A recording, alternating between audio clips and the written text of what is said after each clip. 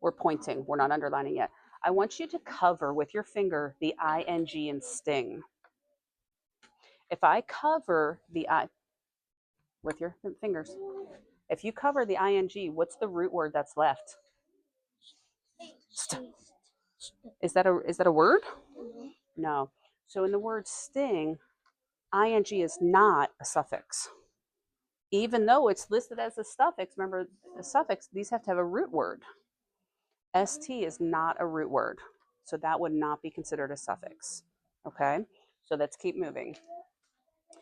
This, everybody with me? This kind of pain is experienced by the boys of the Seter Ma tribe during their coming of age ritual. Experience. Good job. Underline experienced. Do you see any others there? Coming.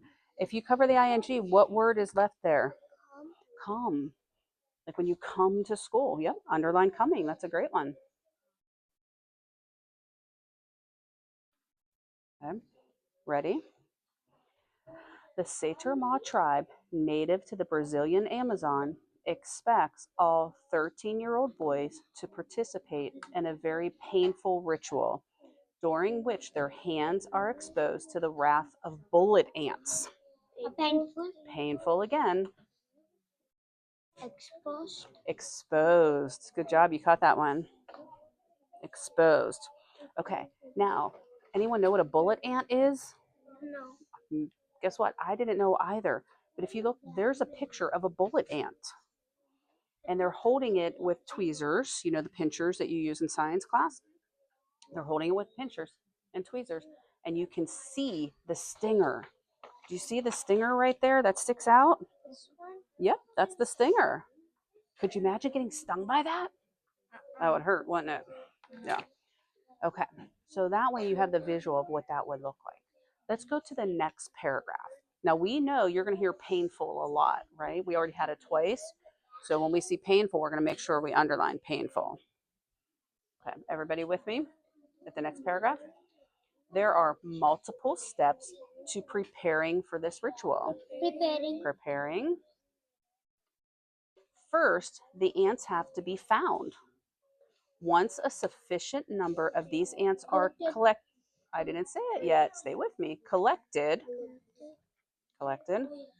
they are sedated by the tribe's medicine man. Sedated. Do you guys know what sedated means?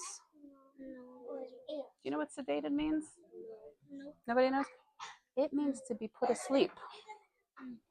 They're sedated, meaning they get put asleep so they don't hurt anybody. Okay? Then what is sedate? Sedate means to sleep. The medicine man does this by immersing the ants in an herbal solution. Immersing. Oh, that's another really big word. Does anybody know that word? No. Yeah. What does immersing mean? To feel shame. Not to feel shame. Immersing. So if they're going to put ants to sleep and it's saying they're going to immerse it into a solution.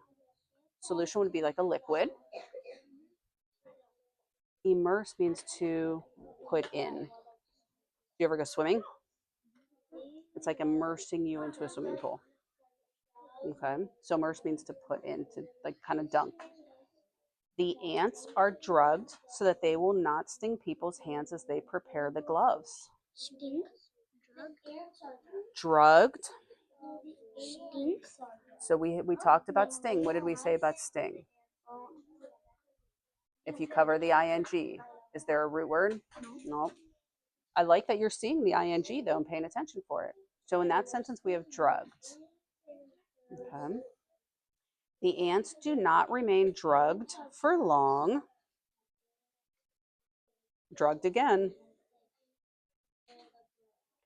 However, when the drugs wear off, the ants grow agitated because agitated. Good catch. I didn't even catch that one. Agitated because they cannot escape from the glove. This is when the boy puts the gloves on. Are you paying attention to what they're telling us? Could you imagine, boys, if growing up you had to put on gloves with bees in them? Would you want that? No. Mm-mm. The boy must keep the gloves on for at least 10 minutes. Follow along. In order to distract the boy from his pain, the medicine man leads a dance. The boy must try hard not to cry out in pain. Even when the 10 minutes is up and the gloves can be taken off, the pain continues. In fact, the ant's stings are so toxic that the boy's hands remain paralyzed and in pain for up to 24 hours. Paralyzed. Do you know what paralyzed means? Do you know what paralyzed means? What is paralyzed? It's kind of hard to explain. Do you know how to explain it? Can you try? I'll help you. Paralyzed is basically like something which controls you. Not something that controls you. Have you ever known somebody that has been paralyzed? Maybe they can't walk and they're in the wheelchair.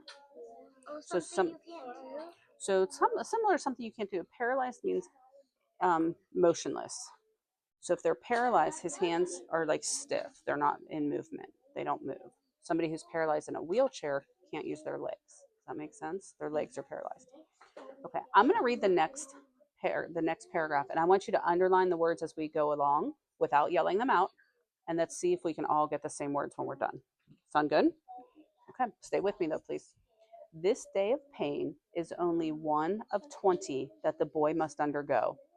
To be considered an adult in, please don't yell them out this time, just underline. To be considered an adult in this tribe, the boy must wear the ant gloves 19 more times. So the next time you get stung by a bee, think about this coming of age ritual. Perhaps that sting won't feel quite so painful. Okay, so what words did you underline in that paragraph as I read? Consider. Did everybody get considered in the first sentence? First line? Painful, the last word. Painful. Which, and coming. Good job. So what I'd like you to do as I go and check over here, because I think they might have a question, I want you to take your highlighter. Remember yesterday when we took the prefixes and highlighted prefixes? I want you to now highlight the suffixes in the words you underlined. And yes, you can talk to each other to help each other out. Okay, so let's take a minute and highlight all the suffixes in those words. Okay, and I'm going to check right here for a second. Go ahead. Hey guys, do you have any questions? No. Did you remember to highlight your suffixes? Yes, but I have a question. Sure. Should we highlight underline? Okay, so that was a great question. Can I stand here for a second? Because I'm in this way. Hold on. Hold on. What's the suffix in pain? Is there a suffix? What's the suffix? Remember the ending. And what endings were we doing? What endings were we doing? Remember, you can look on the screen. ED, ING, and what was the third? What was the third one?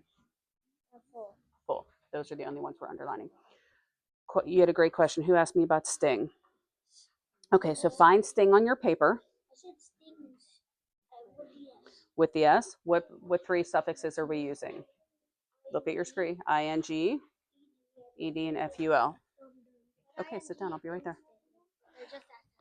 Right, so if you look at sting and you cover the ING, look at sting and cover your ING. What's the root word? Is there a root word left? You just have ST, right? So sometimes ING is part of the whole word. It's part of the root word. So when you see stings, that S is a suffix to the root word sting. But in sting, ING is not a suffix because your root word isn't ST. Okay, are you good? So here's my direction for you guys. I'm going to get to your question. Can I give this before I forget? You're going to do this page with one of those words that you underlined. I don't know why your name's in the middle of your page. That's not where your name went. Remember, that's where the word goes. I want you to use this paper for one of the words you highlighted. And like we did yesterday, I'd pick one where you really know the root word well. Okay? When you're done, I put a challenge on the back. Can you try the challenge? Okay. You had a question. What was your question, sweetie? So what does agitated mean? So agitated means irritated. You know what irritated means? Kind of like angry, kind of bothered. Like if your brother went, hey, hey, hey, hey, hey, you'd get really irritated.